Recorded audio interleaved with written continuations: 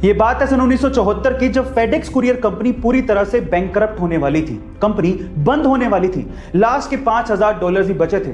Company अगले सप्ताह भी कैसे सरवाइव करेगी ये फाउंडर्स को नहीं पता था। मरता क्या नहीं करता, फाउंडर्स आखिरी $5000 का दाव खेलने के लिए लॉस वेगास पहुंच गए ताकि पैसों का जुगाड़ किया जा सके और कंपनी को बचाया जा सके। गाइस, किस्मत भी बहादुरों का साथ देती है। लास्ट के $5000 दाव पे लगा देना कोई छोटी बात नहीं है। उन्होंने $5000 के थ्रू $32000 कमाए और फिर से पहुंच गए फेडेक्स कंपनी को जिंदा करने के लिए। फिर क्या था गाइस, वही कंपनी जो बैंकरप्ट होने वाली थी, आज वो कंपनी $70 बिलियन की कंपनी है जिसमें 6 लाख से ज्यादा इंप्लॉइज काम करते हैं। गाइस, आपको फेडेक्स कंपनी की स्टोरी कैसी लगी कमेंट सेक्शन में जरूर लिखें। यूके का बर्गर किंग अपने कस्टमर्स को अपने कॉम्पिटिटर मैकडी के यहां ऑर्डर करने के लिए बोल रहा है, और सिर्फ मैकडी नहीं, पिज्जा हट, डोमिनोज और जितने भी छोटे बड़े रेस्टोरेंट्स हैं उन पे अपने ग्राहकों को ऑर्डर करने के लिए रिक्वेस्ट कर रहा है। पर सवाल यह उठता है कि बर्गर किंग, जो कि खुद एक बहुत बड़ी फास्ट फूड की चेन है, वो ऐसा क्यों कर रहा है? देखिए, बर्गर किंग का इस पे कहना है कि उसने भी कभी नहीं सोचा था कि लाइफ में ऐसा कुछ वो लोग कहेंगे, लेकिन करंट सिचुएशन को देखते हुए इन रेस्टोरेंट्स पे जो एम्प्लॉइज काम करते हैं और उनकी फैमिलीज, उनको कस्टमर्स की जरूरत है ताकि वो सरवाइव कर सके, इसीलिए वो ऐसा कर रहे हैं। क्या बात है, कंपटीशन बाद में, इंसानियत पहले।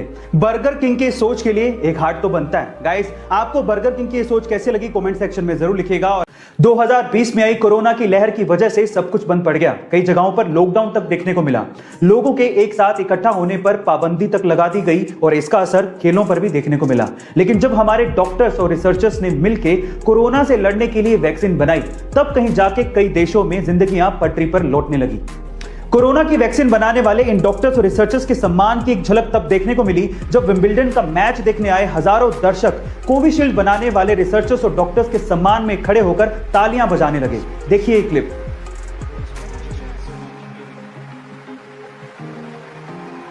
अगर ये कोरोना वॉरियर्स ना होते तो शायद हम लोग कोरोना पैंडेमिक से बाहर निकलने का रास्ता तक नहीं देख पाते। So thank you so much to all the doctors, researchers and corona warriors. Guys, आजकल के युवा ज्यादातर प्रॉब्लम्स पे ध्यान देते हैं, लेकिन कुछ युवा ऐसे हैं जो कि प्रॉब्लम के सॉल्यूशन पे भी ध्यान देते हैं और उसी से वो नाम कर जाते हैं। जैसे कि झांसी की 16 साल की कल्याणी, वो अभी सिर्फ 12वीं क्लास में है और इतनी छोटी सी उम्र में उन्होंने एक एसी बनाया है जिसकी कीमत सुन के आप लोगों के होश फाख्ता हो जाएंगे। गाइस, उस एसी की कीमत है मात्र 1800 रुपए। जी हां, आप ठीक सुन रहे, 1800 रुपए। अब आप लोग कहेंगे तो इलेक्ट्रिसिटी का बिल बहुत आता होगा, लेकिन ऐसा भी नहीं है। वो सोलर एनर्जी से चलता है, इसलिए इलेक्ट्रिसिटी के बिल की कोई प्रॉब्लम ही नहीं है। और इसी एसी के मॉडल को आईआईटी दिल्ली ने नेशनल लेवल मॉडल कंपटीशन में सेलेक्ट किया है और ये देखने के बाद जापानीज गवर्नमेंट ने कल्याणी को वहां पर एक सेमिनार के लिए भी इन्वाइट किया है। गाइस, है ना ये गर्व की बात? अक्सर इंडिया में जब छोटे बच्चों को ओवरलोड किया जाता है तो उनके आसपास के लोग, इवन पेरेंट्स भी कहना शुरू कर देते हैं कि तो बहुत छोटा है, इस पे इतना प्रेशर देना ठीक नहीं है। अगर आप भी ऐसा सोचते हैं तो इस बच्ची के बारे में सुनो। इस बच्ची का नाम है ली यी। 5 साल की छोटी सी बच्ची एक टेबल टेनिस प्लेयर है, चाइना से बिलोंग करती है और एक सोशल मीडिया सेंसेशन है और इनफैक्ट इसे लाखों लोग फॉलो भी करते हैं। पर सवाल यह है कि इतनी छोटी सी उम्र में इतना सब कुछ उसने अचीव कैसे किया? तो मैं आपको बताता हूं। इसके माँ बाप ये चाहते थे कि वो टेबल टेनिस प्लेयर बने, इसके लिए उसकी ट्रेनिंग शुरू की। जब उसकी ट्रेनिंग की जाती थी तो कोचेस उसे हद से ज्यादा हार्डवर्क करवाते थे, जिसकी वजह से कभी कभार वो रोने भी लगती थी। लेकिन कभी भी उसके माँ बाप ने और कोचेस ने उसे इमोशनल सपोर्ट दिया ही नहीं, क्योंकि वो जानते थे कि इमोशनल सपोर्ट देने से वो वीक हो जाएगी। और आज उस बच्ची को देख के कोई भी कह सकता है कि वो फ्यूचर में एक टेबल टेनिस स्टार बनेगी। गाइस, आप लोग याद रखिए कि कुछ पाने के लिए कुछ खोना पड़ता है, इसलिए डू वर्क हार्ड।